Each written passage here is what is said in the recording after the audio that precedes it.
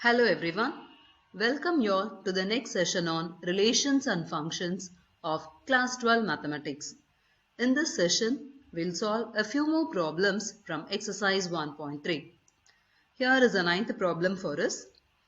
Consider f from r plus 2 half open minus 5 infinity given by f of x is equal to 9x square plus 6x minus 5.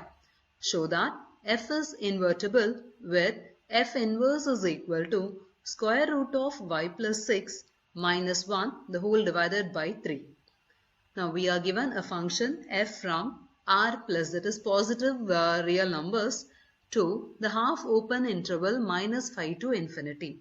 That is, the interval is closed at minus 5 and it's open at infinity. And the function f of x is defined as f of x is equal to 9x square plus 6x minus 5. We have to show the function is invertible with f inverse is equal to square root of y plus 6 minus 1 the whole divided by 3. Now we have to show f is invertible. That means we have to show inverse of f exists. Let's see the process of finding the inverse of f. Now what are we given here? We are given a function, say f, which is defined by 9x square plus 6x minus 5.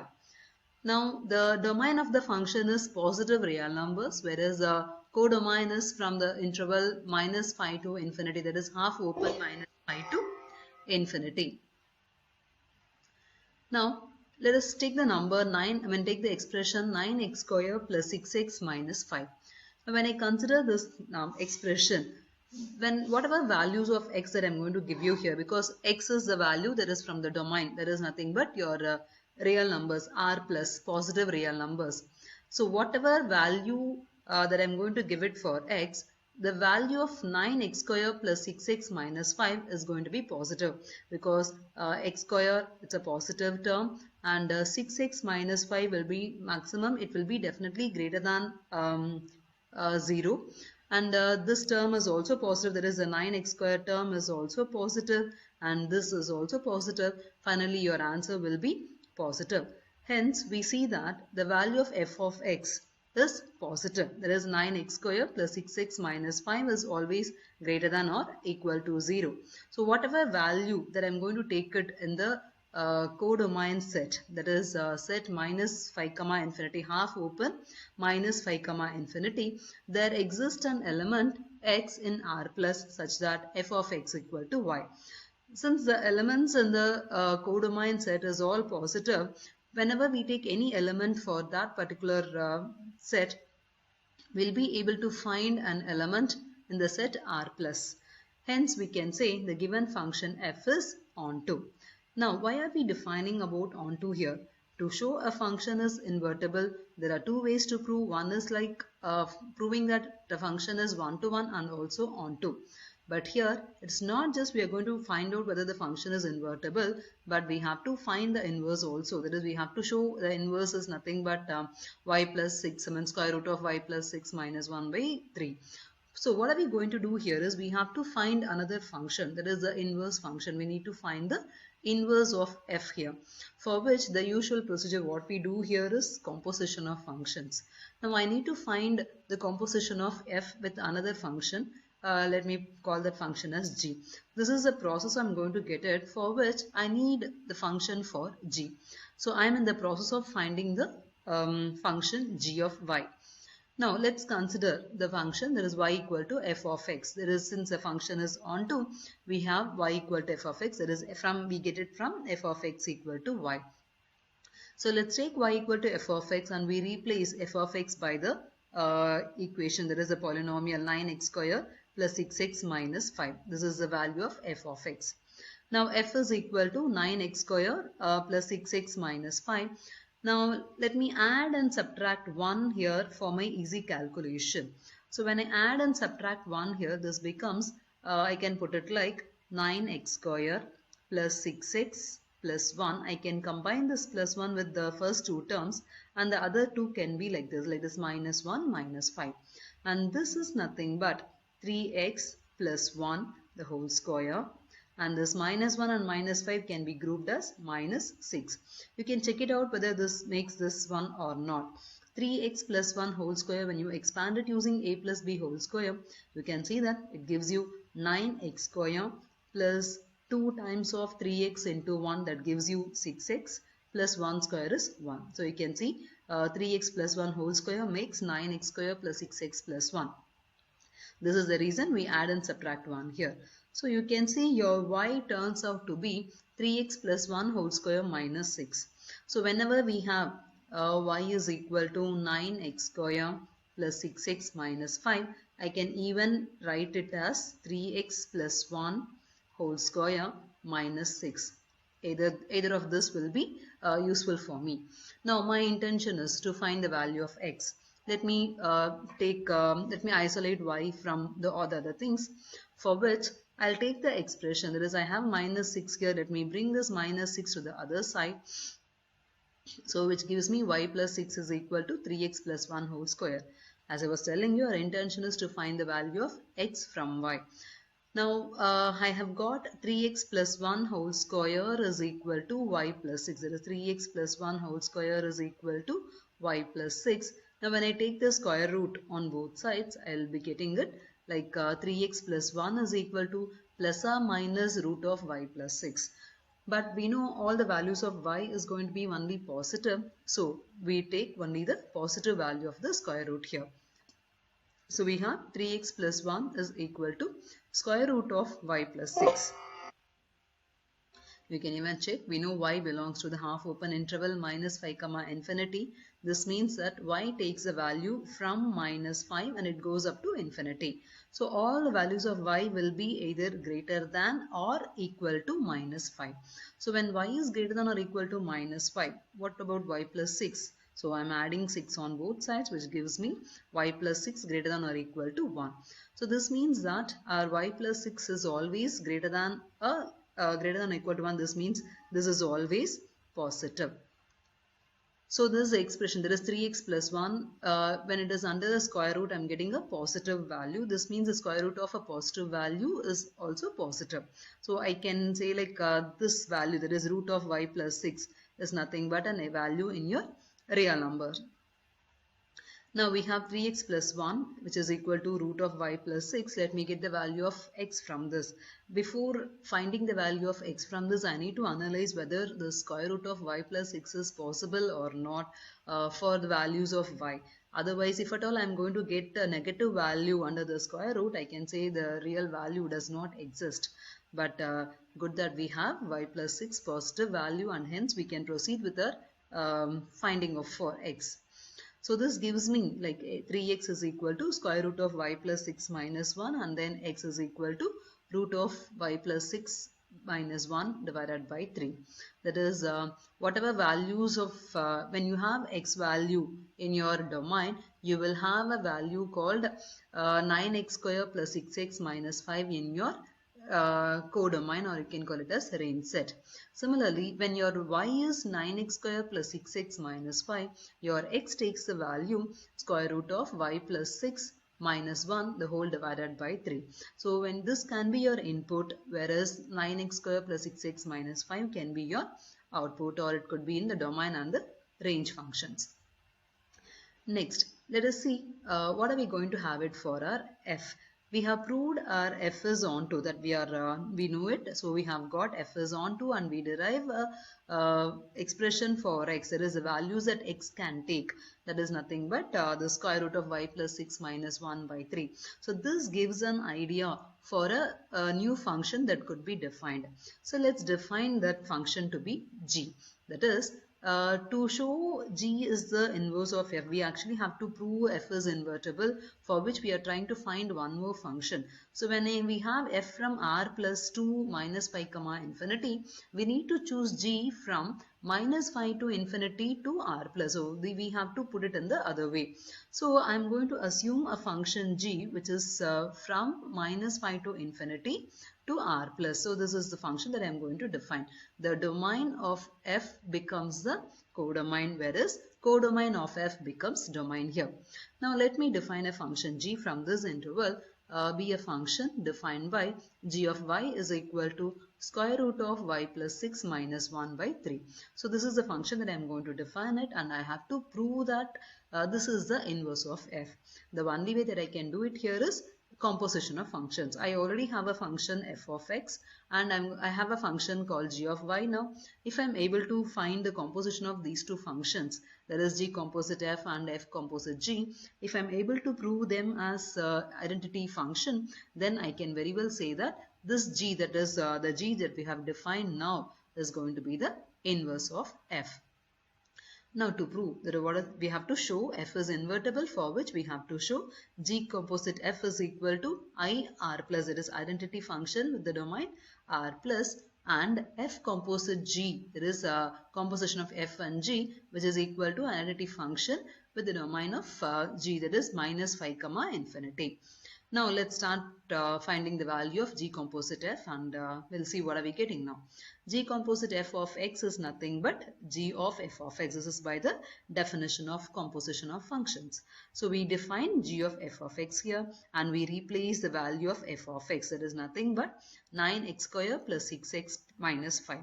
Now for our calculation purpose, as we have already discussed, 9x square plus 6x minus 5 can be replaced by 3x plus 1 whole square minus 6. This is what we have discussed on the previous board. So 9x square plus 6x minus 5 can be written as 3x plus 1 whole square minus 6. So that's what we have written here. Now we have a function called g of 3x plus 1 whole square minus 6.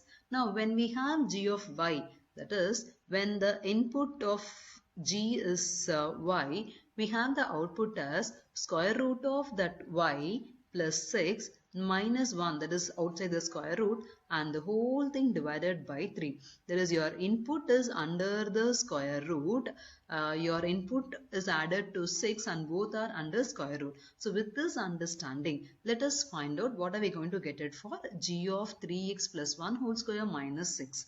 Now in the place of y, we are going to have 3x plus 1 whole square minus 6. So as we said, the first thing, there is a y is going to be in the numerator, the input is going to be in the numerator, and we are going to add 6 to the input. So the input what we have here is 3x plus 1 whole square minus 6 is the input, for which I am adding 1 6, and this is under the square root. And then I have minus 1 with the expression that has been got it now, the whole divided by 3. I hope you are able to understand. When we have y as the input, the output is we add 6 to the input, and that expression is under the square root, that is square root of y plus 6 minus 1 the whole divided by 3. Now in the place of y, we have 3x plus 1 whole square minus 6, and that is now written as the input plus 6, that is 3x plus 1 whole square minus 6 is the input, plus 6 is the one that we have, and the entire thing is under the square root, and there is one negative, minus 1 is there after the square root, so there is minus 1, and the whole expression is divided by 3. Now we have minus 6 and plus 6, so this can be cancelled, which gives you square root of 3x plus 1 whole square minus 1 divided by 3. Now you see you have a square root and the square for the entire expression. So we can remove this square root and square here. That is, you have g composite f is nothing but you will have it like square root of 3x plus 1 whole square minus 1 the whole by 3. This can be written as this 3x plus 1 whole square under square root can also be written as 3x plus 1 whole square the whole power 1 by 2.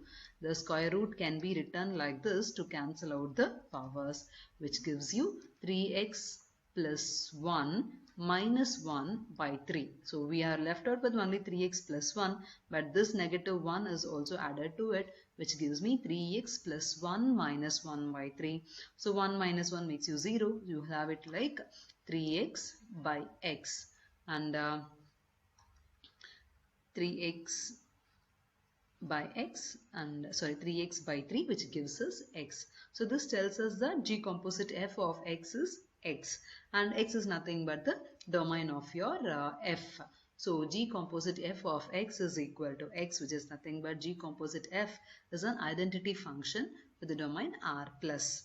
So the first part of proving f is invertible is done. That is G composite f is equal to IR plus is done. Now let's move on to prove f composite g is also equal to I, for which let me consider f composite g of y, which is nothing but f of g of y. As we know, g of y is nothing but square root of y plus 6 minus 1 the whole divided by 3. This is your g of y. Now f of y. Now we know f of x is nothing but 9x square plus 6x minus 5. It is 9x square plus 6x minus 5, but this can also be written as 3x plus 1 whole square minus 6. So this 9x square plus 6x minus 5 is written as 3x plus 1 whole square minus 6. Now let me move on to the next board to give this expression here. Now if the input for the function f is x, then the output is going to be 3x plus 1 the whole square minus 6. Now instead of x, we are going to have the input as, let's see, what do we have here? It is root of y plus 6 minus 1 divided by 3. So the output is going to be f of, the input is nothing but square root of y plus 6 minus 1 the whole divided by 3. And you can see if your input is x for f, when you try to look for your output, it is nothing but x multiplied with the 3, then 1 is added to it, and then the entire expression is raised to the power 2, then minus 6 is added to it. So we'll try to do the same thing here. We have the input as the expression. So the first thing is you have to multiply the entire expression by 3. So we'll have square root of y plus 6 minus 1 the whole divided by 3 into 3. So this is your 3 times of your input plus 1 then minus 6. So this is your output when you have f of the function. So this is your f of square root of y plus 6 minus 1 and so on. Let's try to simplify this. You have 3 times of some expression divided by 3. So this 3 and this 3 gets cancelled, giving you square root of y plus 6, and you have minus 1 outside the square root, and then you have a 1 which is added to it. Then you have, I missed a square here. So with this we have a square. This is 3x plus 1 whole square. So till this we have a square of the entire expression, and we have minus 6 here. This is what we have it here. In the first step we can see it here. The square root of y plus 6. I have put a bracket here. It's not necessary. You can have it as such. So square root of y plus 6 minus 1. This minus 1 is not inside the square root. It doesn't have a square root. So root of y plus 6 minus 1 plus 1 the whole square minus 6. Now you have minus 1 plus 1 that can be cancelled, or minus 1 plus 1 gives you 0. So this gives you this one. You have it here, y plus 6 whole square, that is square root of y plus 6 whole square minus 6. Square root and your square can be cancelled out, giving you y plus 6 minus 6, which is nothing but y. So you see that f composite g of y is equal to y. That is, f composite g is nothing but identity function with the domain minus 5 comma infinity. That is half open interval minus 5 comma infinity. So we have got g composite f as an identity function that was proved. Now we have also proved f composite g is equal to identity function. So we have proved f composite g and g composite f both are identity functions. This means that f is invertible and g is the inverse of f. So we have got the inverse for f. So we will denote that inverse by f inverse. So f inverse is equal to g. That is f inverse of y equal to g of y. Whereas the g of y is the one that we have already defined.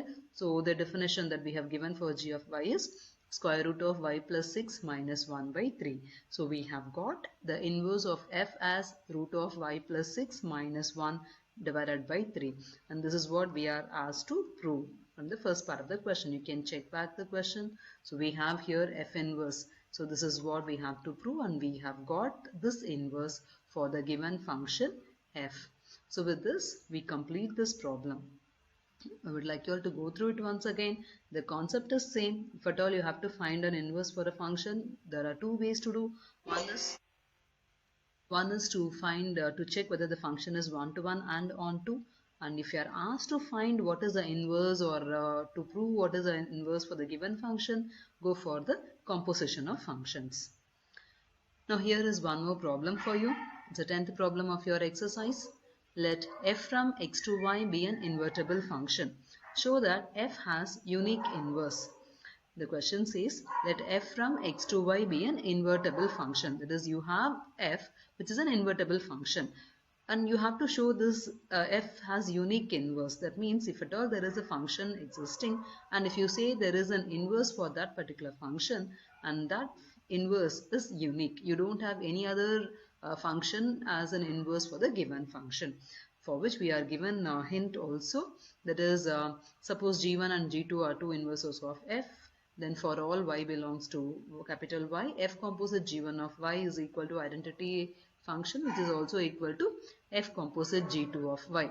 Use one-to-oneness of f, that is, use the property of one-to-one of f. So these are the hint that are given to us. Let's proceed with this hint. So we are given a function f from x to y as an invertible function. Now when you say a function is invertible, it means that inverse of that function is existing. Let's say the inverses are, let us say that there are two inverses existing for this given function, because we'll see if there could be two inverses, and if those two inverses are one and the same, then we can say that the given function has unique inverse. So let's say the given function has two inverses, one is g1 and other one is g2. Now when I say g1 is the inverse of the given function, this means that f composite g1 of y will be the identity function. Similarly, when I say g2 is also the inverse of f, it means again f composite g2 of y is also equal to identity. That is, the identity for which when I say f composite g1 of y, that will be iy, that is, it will be the domain for your g1. So iy, and similarly which is equal to f composite g2 of y. Now this tells me that f composite g1 is equal to f composite g2, because both are equal to the identity function. So this tells you f composite g1 is equal to f composite g2. Now let us use the definition of composition of functions. So composition can be replaced by a bracket here. Similarly here, so you get f composite g1 of y as f of g1 of y, and f composite g2 of y as f of g2 of y. So you get f of g1 of y is equal to f of g2 of y. Now we have f of g1 of y is equal to f of g2 of y. We know that the given function is invertible. So if your function is invertible, it is both one-to-one and onto. Now if your function is one-to-one, for any x and y belongs to your domain set, if your f of x is equal to f of y, then we know our x is equal to y. Similarly, we have, instead of x and y, we have something called g1y and g2y. So this is going to be the input for this f, and this is going to be the input, that is g2y is going to be the input for the f. So this is like your f of x is equal to f of y. Since f is one-to-one, that x and y should be equal. So this tells you that g1 of y is equal to g2 of y.